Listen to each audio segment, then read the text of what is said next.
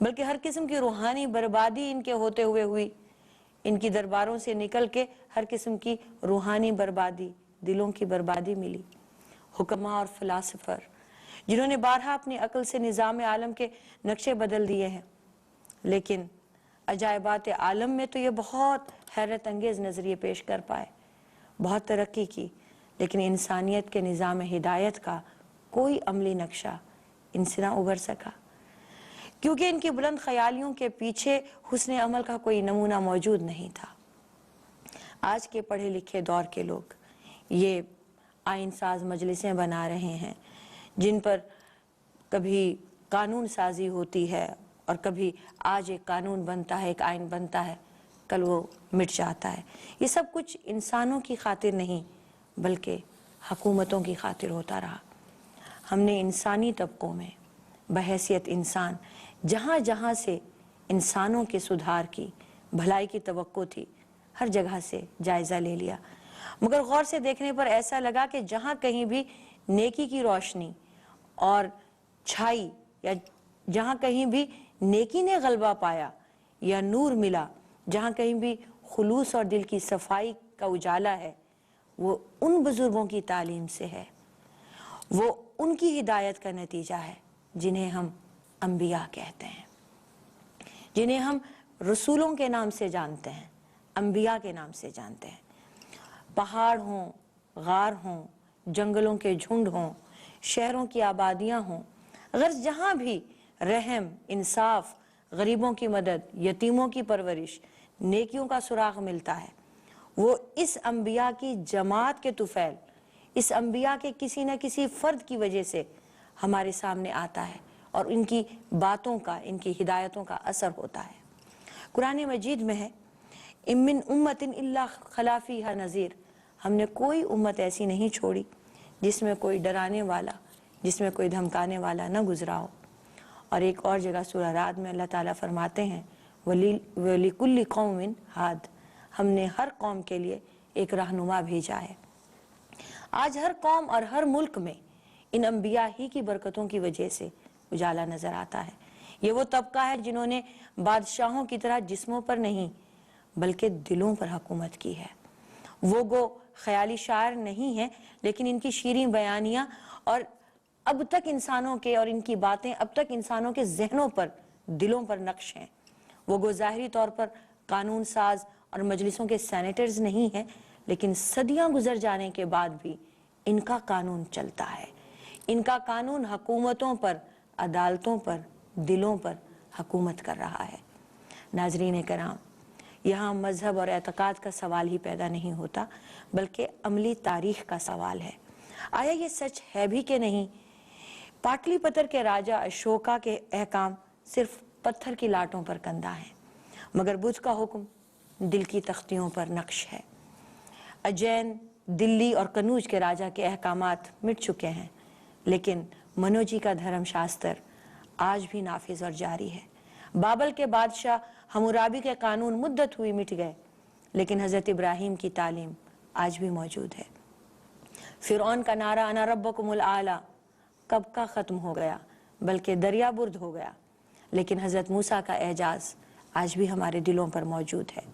Swollen کے بنائے ہوئے قانون کتنے دن چل سکے، مگر توریت کا آسمانی قانون آج بھی اس دھرتی پر رائج ہے، اور آج بھی انسانوں میں عدل کی ترازو مانا جاتا ہے.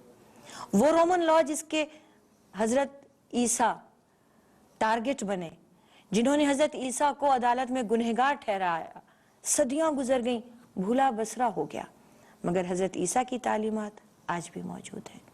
اور مجرموں کو پاک صاف بنانے میں آج بھی، نرم دلی میں، محبت میں آج بھی حضرت عیسیٰ کی باتیں یاد کی جاتی ہیں.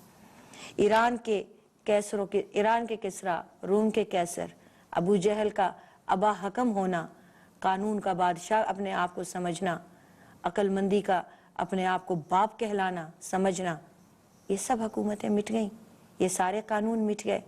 کیسر روم کے بھی، ایران کے کسریٰ کے بھی، ابو جہل کی حکمت بھی، مگر شہنشاہ مدینہ کا آج بھی فرما روائی کا بدستور نظام قائم ہے.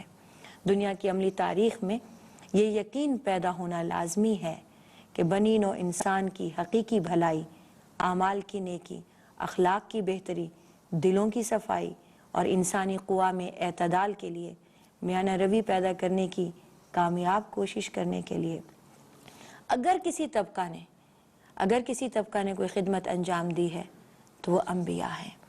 وہ صرف انبیاء کرام ہیں جن کی ہدایت، جن کی تعلیم اور جن کے عمل کے سرچشمہ ہدایت سے کیا غریب، کیا امیر، کیا رعایا، کیا بادشاہ، کیا جاہل، کیا عالم، سب کے سب برابر فیضیاب ہوتے چلے آ رہے ہیں۔ بہتر سے بہتر فلسفہ، عمدہ سے عمدہ تعلیم، اچھی سے اچھی ہدایت زندگی نہیں پا سکتی، کامیاب نہیں ہو سکتی اگر اس کے پیچھے کوئی ایسی شخصیت نہ ہو جو عمل کر کے اپنی تعلیمات کو ثابت نہ کر دے۔ غرض ہم کو اپنی ہدایت کے لیے، اپنی رہنمائی کے لیے ہر حیثیت سے ان باکمال لوگوں کی ضرورت محسوس ہوئی، ہوتی رہی اور ہے، اور وہ صرف انبیاء کرام ہی ہیں جو اس ضرورت کو پورا کر سکتے ہیں۔ انبیاء اللہ تعالیٰ کی طرف سے انسانی ہدایت کا ایک مکمل، ایک پاکیزہ ذریعہ ہے۔ پہلے انبیاء کا مشن محدود تھا، وہ ایک خاص علاقے کے، ایک خاص قوم کے، ایک خاص زبان کے لوگوں کی رہنمائی کے لیے تشریف لاتے رہے۔ جیسا کہ میں نے عرض کیا، اللہ تعالیٰ نے اس کائنات میں 1,24,000 انبیاء بھیجے ہیں۔ ان میں سے عزیزان گرامی 315 رسول ہیں۔ نبی اور رسول میں ایک فرق ہوتا ہے۔ نبی وہ ہے جو ہدایت اور صحیفہ جگہ جگہ پہنچا دے، اور رسول وہ ہے جو صاحب شریعت ہو، جس پر اللہ تعالیٰ صحیفہ نازل فرمائے، شریعت نازل فرمائے۔ وہ کل 315 تھے، اور انبیاء 1,24,000 کے قریب تھے۔ وہ ان 315 شریعتوں کو لے کے پوری دنیا میں پھیلاتے رہے، اس ہدایت کو آگے پہنچاتے رہے۔ ایک رسول آ جانے کے بعد کئی انبیاء آتے تھے جو دنیا کے کونے کونے میں وہ ہدایت، وہ صحیفہ، وہ دین، وہ شریعت لے کر کے چلتے تھے، پھیلاتے تھے، تعلیم دیتے تھے، تربیت دیتے تھے اور خود عملاً کر کے دکھاتے تھے۔ ان کی تعلیمات مختلف انبیاء کی وقت کے ہاتھوں دھندلاتی چلی گئی، ان پر نازل ہونے والی کتابیں بھی مسخ ہو گئیں اور انسانیت بے راہ رو ہو کر رہ گئی۔ قدیم انسانی کتابوں میں اب بھی کہیں کہیں یہ بات خود بخود ابھر کر سامنے آ جاتی ہے کہ ہر نبی اور ہر کتاب ایک ایسی شخصیت کے آنے کی خوشخبری دے گئے کہ کل جس کی تشریف آوری سے یہ دین مکمل ہوگا، اور ہدایت کی روشنی سورج کی طرح پوری کائنات کے گوشے گوشے تک پہنچ جائے گی۔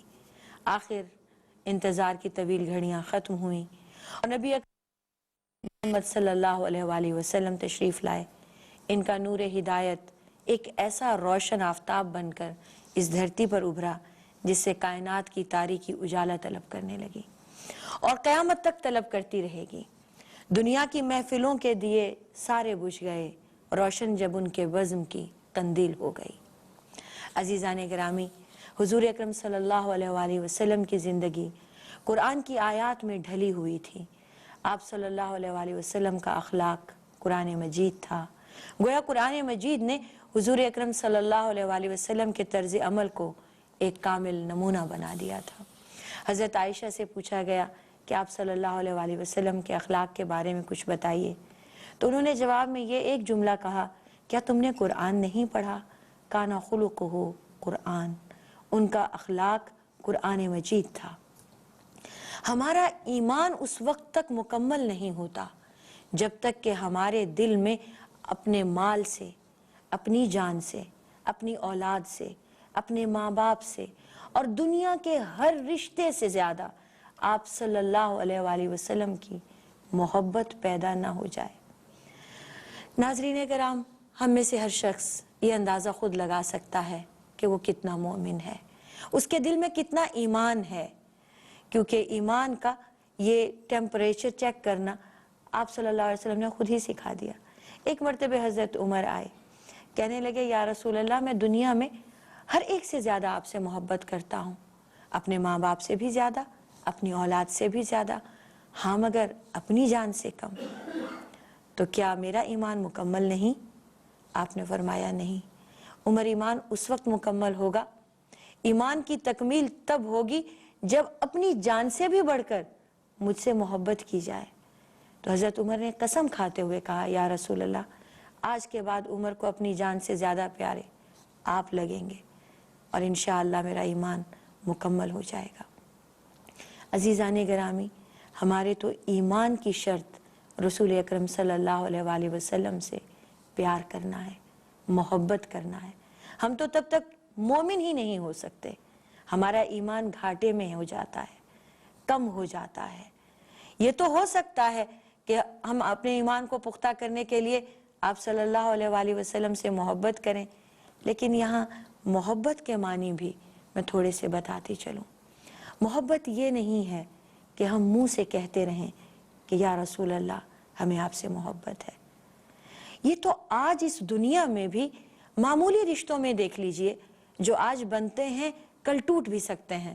دوستیوں میں دیکھ لیجئے، میاں بیوی کے رشتے میں دیکھ لیجئے، جی اولاد اور ماں باپ کے رشتے میں دیکھ لیجئے۔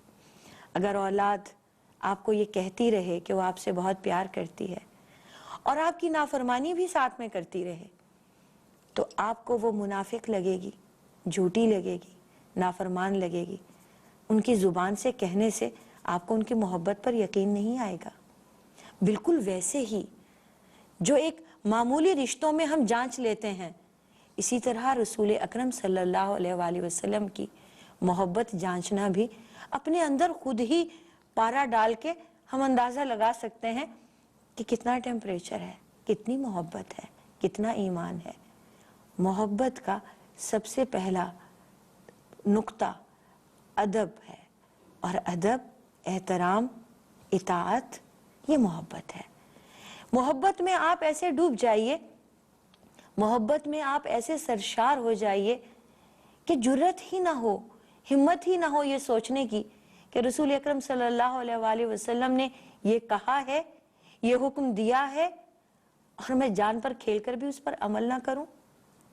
ہم تو چھوٹی چھوٹی سنتوں سے جن پر ہمیں تکلیف بھی نہیں ہوتی، ہماری شخصیت پہ، ہمارے وجود پہ کوئی اثر نہیں ہوتا، کوئی برا اثر نہیں ہوتا، ہم وہ بھی محض اس لیے نہیں کرتے کہ چھوٹی سی بات ہے، عمر بڑی ہوگی، بڑے ہوں گے، بوڑھے ہوں گے، قبر کا گڑھا سامنے دکھ رہا ہوگا تب کر لیں گے۔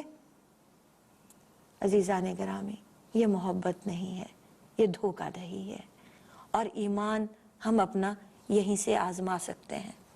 ہم سال میں ایک مرتبہ اس ایک مہینے میں آپ صلی اللہ علیہ وآلہ وسلم کا ذکر کر لیں، ان کو یاد کر لیں، ان کی سیرت پاک کا مطالعہ کر لیں، اور پورا سال ہم ان سے، ان کی سیرت سے قطعی دور ہو جائیں۔ کیا یہ محبت ہے؟ محبت تو یہ ہے کہ سر سے پاؤں تلک ان کے ایک ایک حکم پر قربان ہو جائیں، ماں باپ ان پر فدا، اولاد ان پر فدا، اپنی جان ان پر فدا۔ کیسے کی جاتی ہے؟ یعنی ہر ایک کو پیچھے چھوڑ کے، اپنا آپ مٹا کے، سب کچھ چھوڑ کے صرف وہ کریں جو آپ صلی اللہ علیہ وآلہ وسلم نے کرنے کو کہا ہے۔ اور وہ بھی تو محض اس لیے نہیں کہہ رہے کہ وہ ایسا چاہتے تھے، وہ اللہ تعالیٰ کا حکم پہنچاتے ہیں۔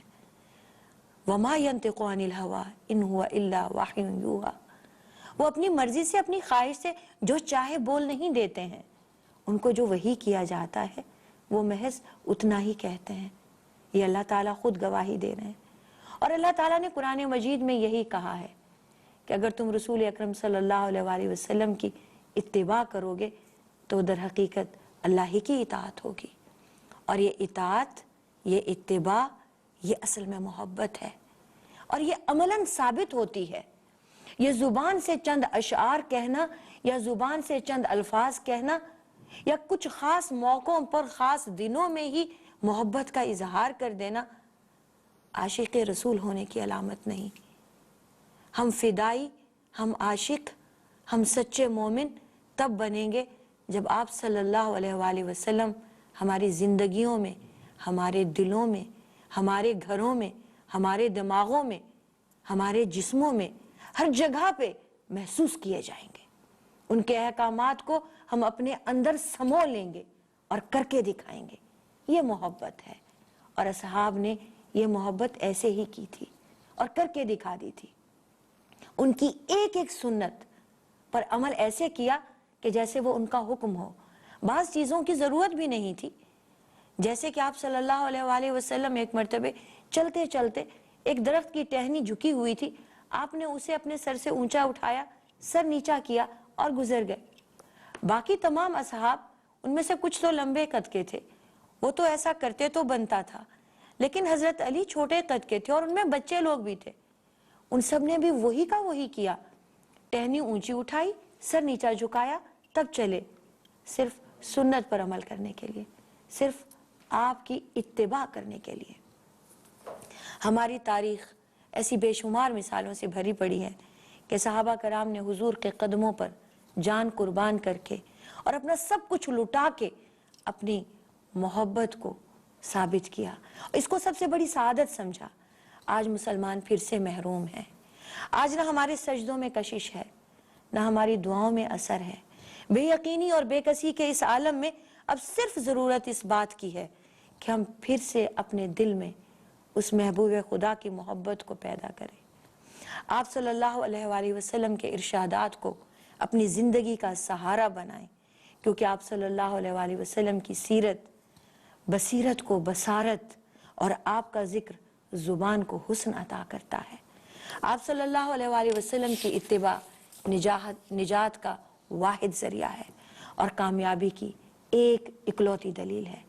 رسول اکرم صلی اللہ علیہ وآلہ وسلم کی پاکیزہ زندگی ہمارے لیے ایک مشعل ہے جس کی روشنی ہر عہد اور ہر زمانے کے لیے ہے.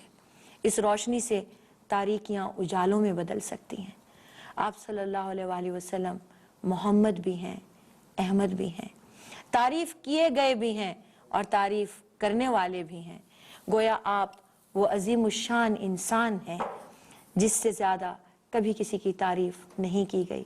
ہر پرانی شریعت میں، ہر پرانی کتاب میں آپ صلی اللہ علیہ وآلہ وسلم کا تذکرہ ہے کہ میرے بعد ایک نبی ایسے آئیں گے جن کی دھوم مچ جائے گی، جن کی تعریف مشرق سے مغرب تک کی جائے گی.